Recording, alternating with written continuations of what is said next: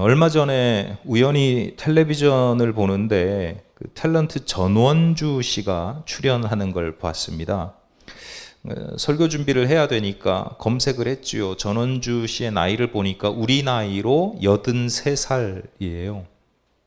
그러니까 사실 방송에서 뵙기 쉬운 나이는 아니죠. 이제 다 은퇴하고 물러나 있을 나이인데, 그런데 특별 손님으로 온 이유가 있어요.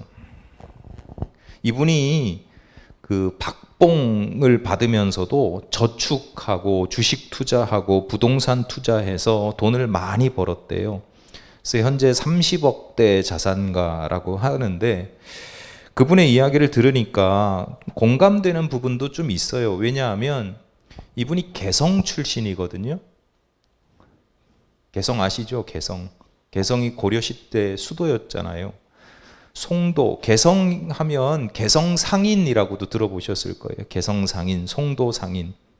예로부터 개성이 상업이 발달한 도시거든요. 그러니까 돈 계산 이런 게 빠른 그런 문화, 돈에 대해서 민감한 문화가 아마 있었을 겁니다. 게다가 전원주 씨가 1939년생이에요. 일제강점기에 태어났고, 일제강점기 말기 또 근혼란기, 한국전쟁 이런 겪으면서 근혼란한 그 힘든 시절을 살았기 때문에 그 유년 시절과 젊은 시절 얼마나 가난하고 힘들게 살았겠어요. 게다가 개성 출신이니까 피난을 내려왔거든요. 그러니까 객지예요. 남한 생활이 객지 생활인 거예요. 그 피난민의 살림이 얼마나 비루했겠습니까? 그러니까 아끼고 저축하는 것이 습관이 되었는데, 어느 정도냐면 지금까지 은행에 저축을 하러 간 적은 있어도 돈을 찾으러 간 적이 없대요. 그러다 보니까 은행에서 VIP예요. Very important people. 매우 중요한 고객이 됐어요. 은행에서 번호표가 옛날에는 없었잖아요. 어느 순간부터 번호표가 생겼는데 은행에서 번호표 뽑아본 적도 없대요. 이제 당신이 무슨 예금 상품, 적금 상품 이렇게 있으면 만기일쯤 되면 은행에서 전화가 온대요. 지점장이 전화가 와서 선생님 이거 만기 됐는데요. 전원주 씨가 이거 다시 찾지 않을 거라는 걸 아니까 언제 만기가 됩니다. 날짜에 맞춰서 차를 보내겠습니다. 은행에서 차가 와서 그 차를 타고 가면 직원들이 도열에 있다가 크게 인사를 하고, 그리고 이제 가서 좋은 상품 또 소개해주면 그걸로 갈아타는 거죠. 이렇게 갈아타고 옮겨 타고 하는 일들을 하니까 돈 찾을 일은 없고 번호표 뽑을 일도 없고 그냥 계속 그렇게 입금만 하는 거죠. 은행에 들어갔을 때 아까 말씀드렸듯이 직원들이 도열해서 인사를 하면 기분이 그렇게 좋을 수가 없답니다. 예전에는 자기한테 말을 거는 사람이 많지 않았는데, 요즘은 지나가다 처음 보는 젊은 사람들이 선생님 이렇게 말을 건대요. 그리고 뭐 물어본대요. 주식 투자 어떻게 해야 돼요? 뭐 어떤 종목 사야 돼요? 뭐 이런 거 물어보는데, 젊은 사람들이 자기한테 그런 거 물어볼 때면 기분이 참 좋답니다. 말씀하시는데 신이 나셨더라고요. 나름 행복해 보였습니다. 여러분 부러우세요? 제 개인적으로는 그렇게 부럽지 않더라고요. 저는 그렇게 살고 싶지 않습니다. 예를 들어서 돈을 아끼는 거 좋은 일이죠. 저도 비교적 아끼는 편입니다. 저 집에 있으면 방마다 불 끄고 다니는 사람이에요. 저도 그런 사람들이 있잖아요. 방마다 불 켜는 사람이 있고 끄는 사람이 있잖아요. 저는 끄는 사람이거든요. 저희 집 전기 요금이요, 여러분 가정에 얼마씩 나오세요? 저희들은 지금 뭐 폭이 다 다르지만 지난달에 13,000원, 그 한참 덜 나왔을 때는 9,000원대도 제가 기록해 봤거든요. 그 정도로 안 써요. 다 끄고 다니고. 전기요금이 아깝기도 하지만 그보다 중요한 건, 지금 아까 우리 윤정훈 집사님 그런 기도도 했지만, 기후 위기의 시대에 에너지를 낭비하는 건 전 지구적으로 사실은 죄를 짓는 거거든요. 그러니까 에너지를 내가 조금 남용하지 않는다고 세상이 뭐 변하나 이런 생각도 있지만, 또 한편으로는 나라도 뭐 그렇게 해야지라는 생각이 없지 않아 있어요. 그래서 저도 아끼는 편이고 불 끄는 편이지만, 그렇다고 해서 화장실에 일을 볼 때조차도 불 꺼도 다 더듬어 보면 뭐가 어디에 있는지 다 알고 잡힌다고 그러면서 불을 끄고 일을 보고 싶지는 않아요. 그분은 4천 얼마인가 5천 얼마 냈대요, 전기요금을. 검침원이 찾아왔대요. 뭐가 고장이 나고 잘못됐나 하고. 근데 어떻게 그랬나 했더니, 화장실에서 일을 볼 때도 불을 끄고, 이제 습관이 되니까, 익숙해지니까 화장지 어디 있는지 다 손으로 짚어보면 안다 이거예요. 고마운 사람에게 밥 한 번 사는 것이 아깝고 두려워서 벌벌 떨고 싶은 생각도 저는 없습니다. 사람들한테 인기가 많고 부러움을 사고 인사를 받으면 당장에야 기분이 좋겠죠. 그런데 그 사람들이 내 인격이나 성품 때문에 인사하는 게 아니라 그저 내가 가지고 있는 돈 때문에, 또는 내가 가지고 있는 특별한 능력 때문에 인사한다고 하면 그 인사가 저한테는 그렇게 큰 의미가 없습니다. 재물에 대한 가치관에서 제 견해가 옳고 전원주 씨의 시선이 틀렸다는 이야기를 하는 게 아닙니다. 사람마다 재물의 가치관이 이렇게 다를 수 있다라고 하는 거죠. 배고픈 시절을 살았고 가난함의 그 서름을 아는 전원주 씨에게는 재물을 소유하고 있는 것, 악착같이 소유하고 저축하는 것이 사실 굉장히 중요한 가치입니다. 그러니까 함부로 천박하다고 평가할 수는 없습니다. 반면에 저는 제가 뭐 부유롭지는 않다고 생각해요. 그러나 우리가 살아가는 시대가 비교적 풍요로운 시절을 우리가 살아가고 있거든요. 아무리 힘들어도 굶는 사람이 많지 않아요. 그리고 저는 풍요로운 시절을 살아가고 있는데다가 게다가 목사로서, 신앙인으로서 살아가는 저에게는 물질에 대한, 재물에 대한 지나친 집착과 소유욕은 죄로 여겨지거든요. 그리스도를 믿고 따르는 사람으로서 물질에 대한 중요한 가치는 소유보다는 사용에 방점을 찍게 됩니다. 더 구체적으로는 어떻게 사용하느냐 하는 것이 중요하죠. 그런 제 신앙적인 가치관으로 보면 전원주 씨의 재물에 대한 가치관, 재물관을 이해할 수는 있지만 나도 저렇게 살고 싶다, 그렇게 닮고 싶지는 않습니다. 전원주 씨는 전원주 씨의 가치관을 가지고 그 삶을 사는 것이고, 그렇게 행복하게 사는 것이고, 저는 제 삶을 사는 것이죠. 중요한 건 이겁니다. 여러분의 재물관은 어떠합니까? 개인적으로 안타까운 것 중에 하나가 뭐냐면, 요즘 많은 사람들이 종종 아무런 자신의 가치관이나 철학이 없이 살아가는 모습을 볼 때가 있습니다. 예컨대 고등학교를 졸업하면 학생들이 술을 마셔요. 신앙을 가진 학생들도 다르지 않습니다. 왜 그럽니까? 그냥 성인이 되면 당연히 술 마시는 게 다른 사람들이 다 그렇게 마시니까 당연히 그렇게 따라 마셔요. 술을 마셔야 된다, 마시지 말아야 된다가 아니라 나는 왜 술을 마시는지, 그전까지 사람들이 못하게 하던 걸 이제 가능하게 되었을 때는 이게 어떤 의미가 있는지에 대한 생각이 없는 거예요. 이게 어떤 의미인지, 나는 어떤 의미를 가지고 이걸 먹어야 되는지에 대한 고민이 없어요.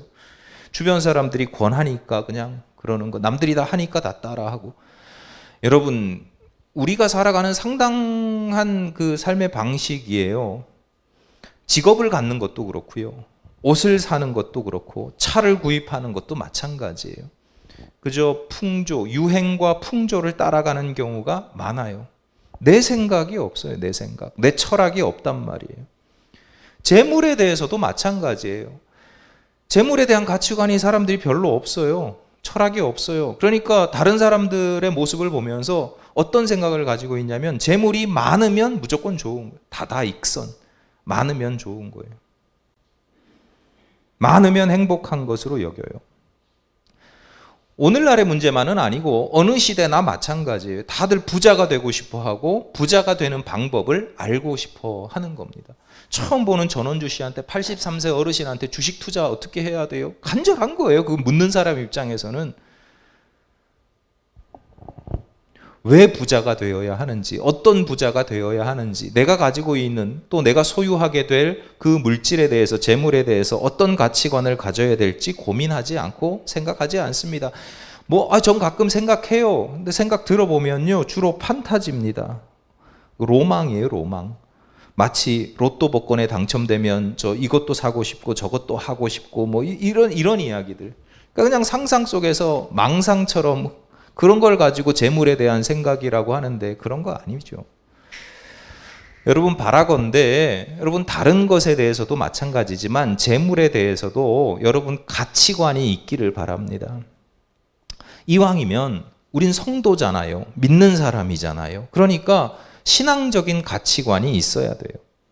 내 삶의 모든 신앙이라고 하는 게 내 삶의 일부, 여러 가지 중에 하나가 아니라 신앙이라는 건요, 내 삶의 모든 부분을 결정짓는 중요한 가치관을 우리에게 주거든요.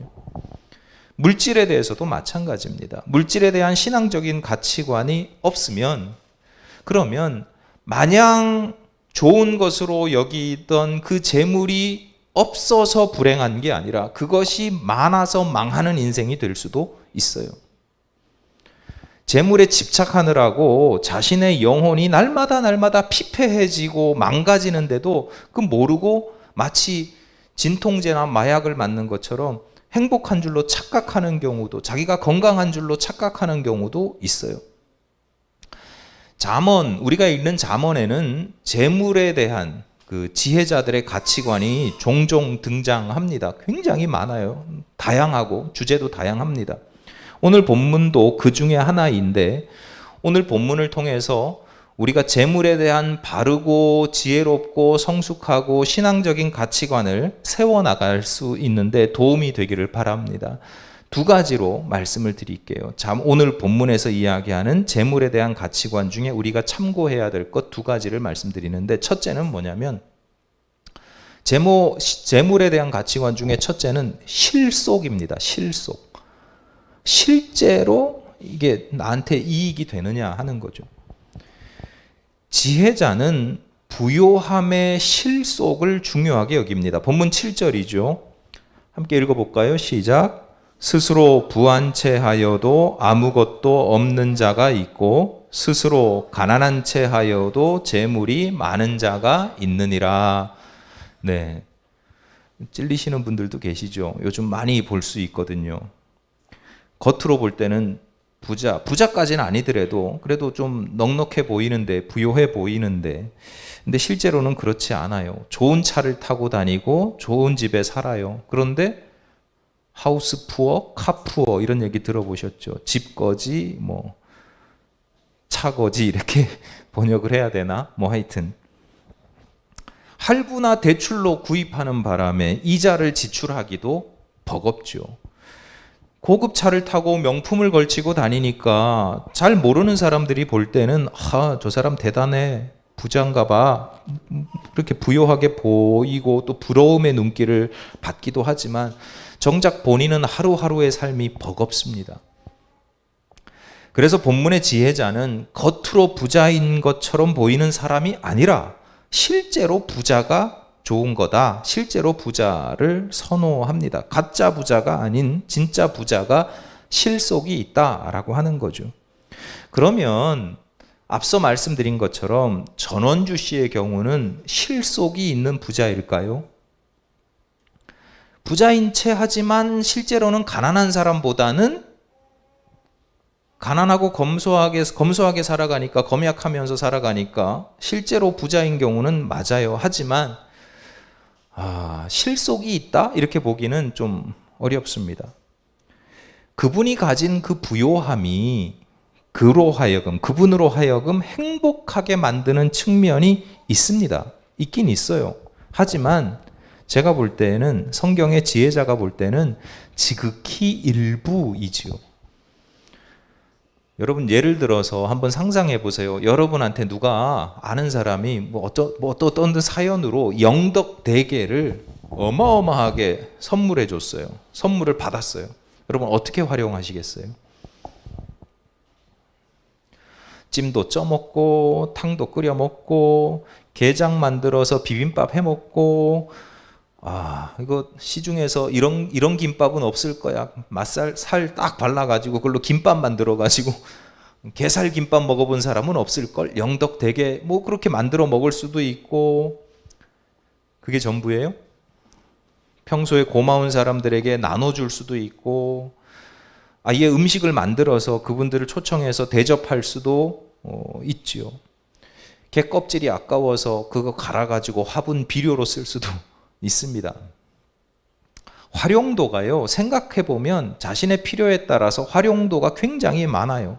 그런데 딱 받았는데 이 많은 거 어떡하지? 내가 할 줄 아는 게 대게, 라면에 대게 넣는 것밖에 없어요. 내가 또 그걸 좋아해. 내가 좋아하고 할 줄 아는 게 대게 라면 끓이는 것밖에 없어서 그 많은 걸 맨날 주구장창 대게 라면만 끓이면 본인 입장에서야 맛있고 행복하다고 할 수 있겠지만 일반적으로 보면 그게 지혜로운 삶의 태도는 아니잖아요. 좋은 재료를 묵히고 썩히는 거잖아요. 재물도 마찬가지입니다. 재물이 많다고 하는 건 그 많은 재물에 대한 활용도가 다양해진다는 거예요. 이것도 할 수 있고 저것도 할 수도 있고 이만큼도 할 수 있고 저만큼도 할 수 있는 거죠. 그래서 그것으로 인해서 얻는 즐거움이 다양하고 많아지고 풍성해질 수 있어요. 그런데 그 재물을 오직 소유하는 즐거움만 가진다고 하면 그게 과연 실속이 있는 건가?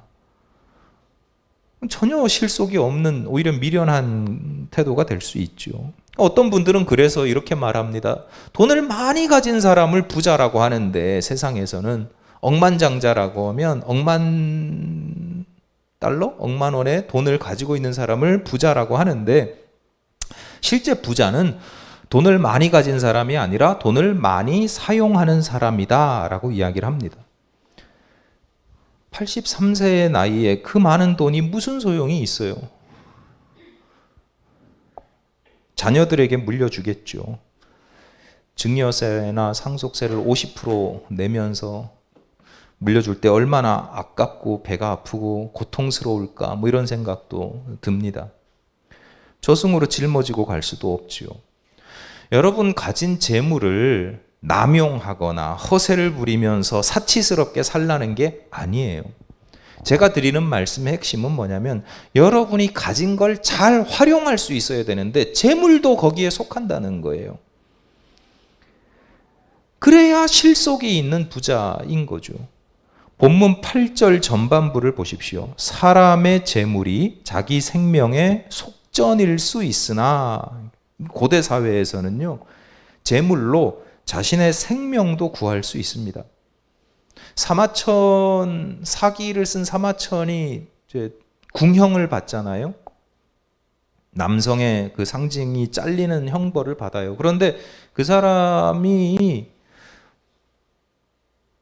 벌을 안 받을 수도 있었어요.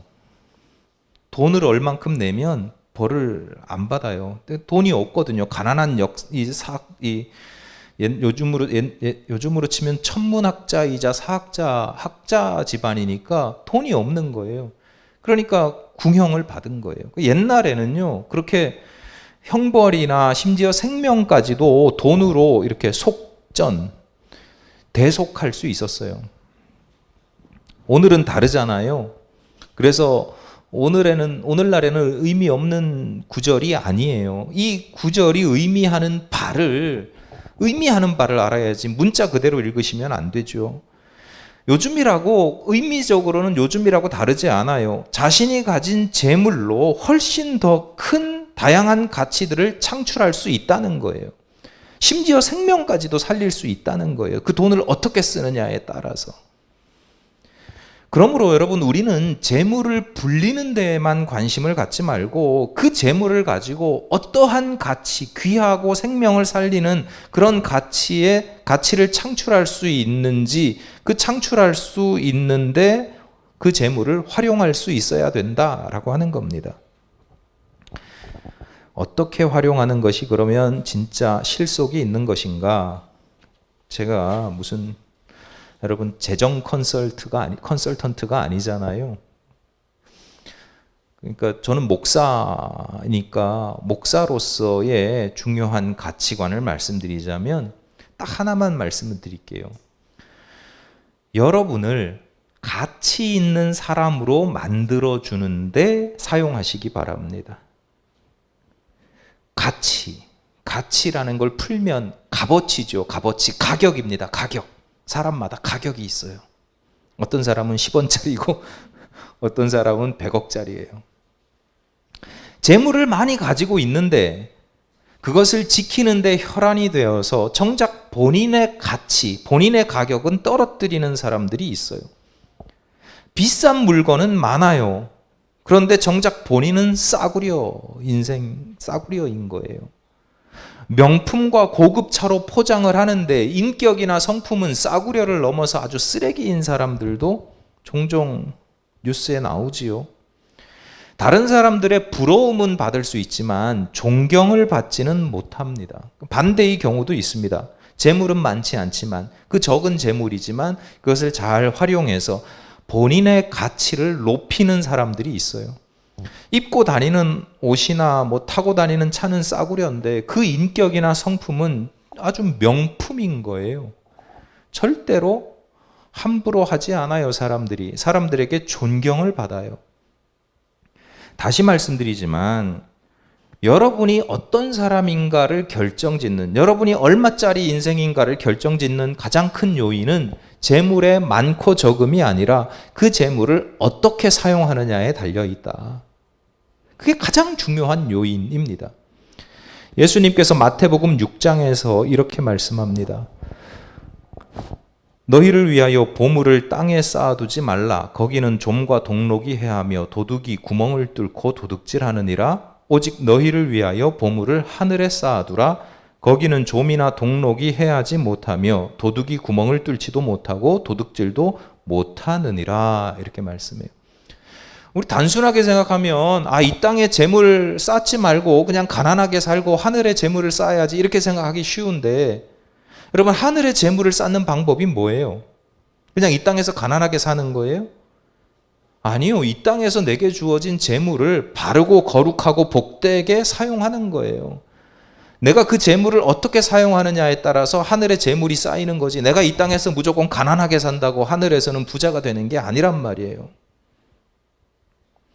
기독교 신앙의 가치관, 신앙의 가치관으로 보면 부자인 채 하여도 가난한 사람들이 있습니다. 이 땅에서 재물이 많아요. 이 땅에서 신앙생활도 참 열심히 하는 것 같아요. 사람들한테 존경받고 높은 직분도 가지고 있고 해요. 그런데 하늘에서는 하늘 창고는 텅텅 비어 있는 사람들이 있단 말이에요. 반대로 이 땅에서는 가난한 채 하여도 실제로 부자인 사람들이 있어요. 그게 이런 사람들이 실속이 있는 사람들이죠. 이 땅의 창고는 넉넉하지 않지만 하늘의 창고는 풍성하게 차고 넘치는 사람들. 여러분이 가진 재물을 사랑과 평화 그리고 정의로운 일에 사용하시기를 바랍니다. 생명을 죽이는 일, 누구를 모함하고 괴롭히는 일에 사용하기보다는, 나만 배불리 먹고 나만 즐거운 일에 사용하기보다는 생명을 살리는 일에 그 재물을 사용할 수도 있어요. 돈이 많아야 살리는 게 아니에요. 적은 돈으로 누구 밥 한 끼 사줘도요, 누구 위로 한마디 해줘도요, 그게 생명을 살리는 일이 될 수도 있어요. 여러분 스스로에 대해서도 마찬가지예요. 아끼느라고 자기 자신한테 인색한 사람들이 있어요. 여러분 스스로에 대해서도요, 쓰세요. 쓰는 게 더 나을 수 있어요.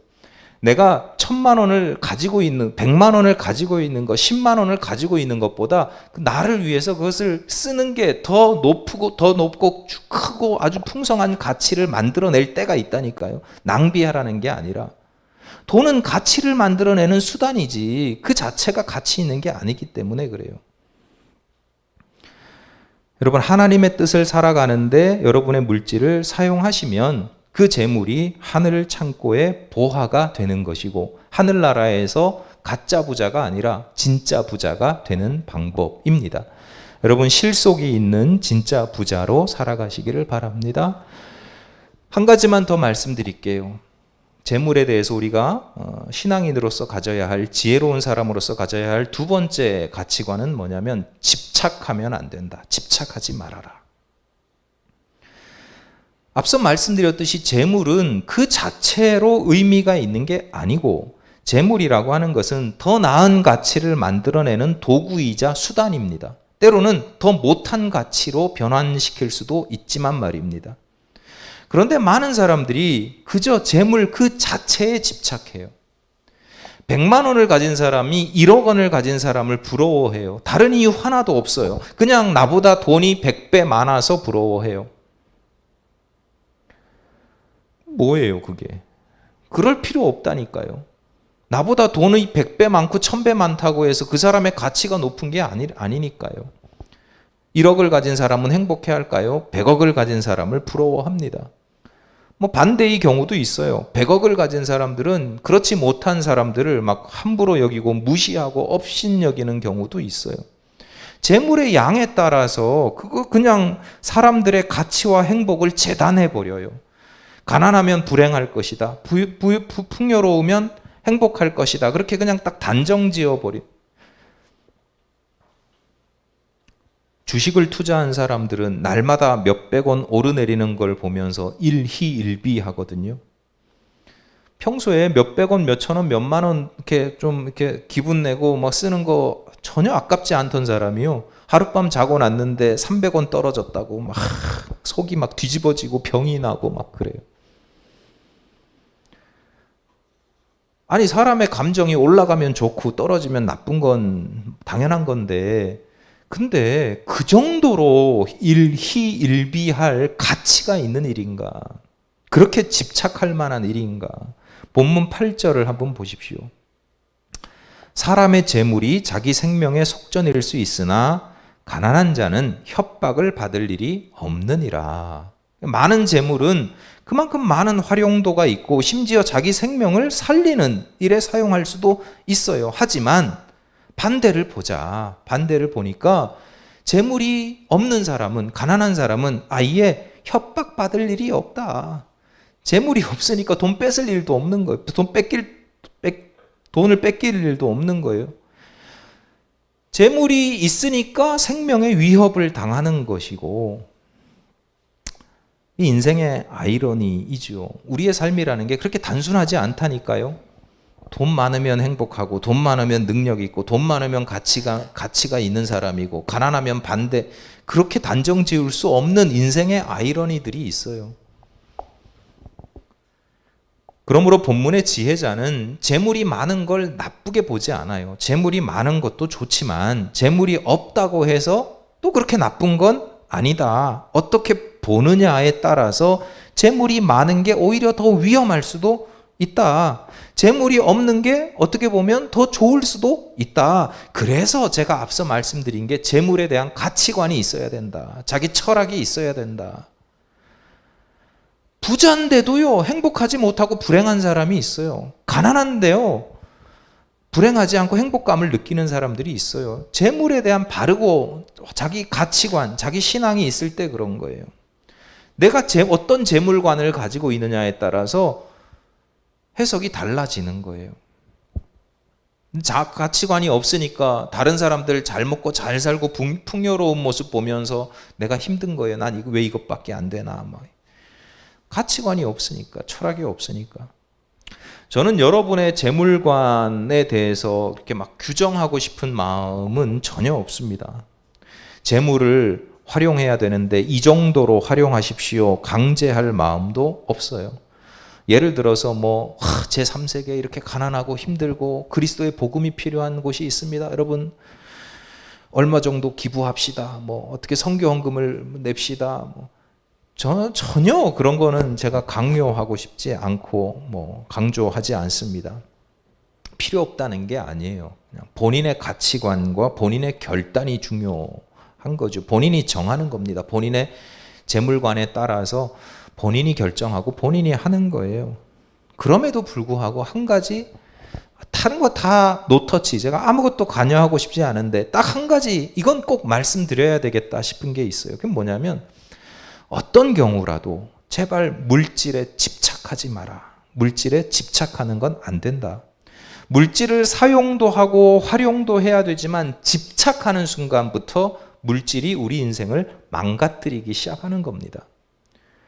바울이 디모데에게 보내는 편지에서 뭐라고 말씀합니까? 돈을 사랑함이 일만악의 뿌리가 되나니 이렇게 말씀합니다. 돈이 일만악의 뿌리가 아니에요. 돈이 무슨 죄가 있어요? 내 삶에 1만 가지, 그러니까 수만 가지 엄청난 죄를 만들어내는 것, 모든 악을 만들어내는 뿌리가 어디에 있냐면 돈이 아니라 돈을 사랑하는 거에 있다는 거예요. 돈에 집착하는 순간 죄인이 되는 겁니다. 시편 119편 56절에서 이렇게 노래합니다. 참 멋있어요. 함께 읽어볼까요? 여러분의 고백이 되기를 바라는데 함께 읽어보겠습니다. 시작. 내 소유는 이것이니 곧 주의 법도를 지킨 것이니이다.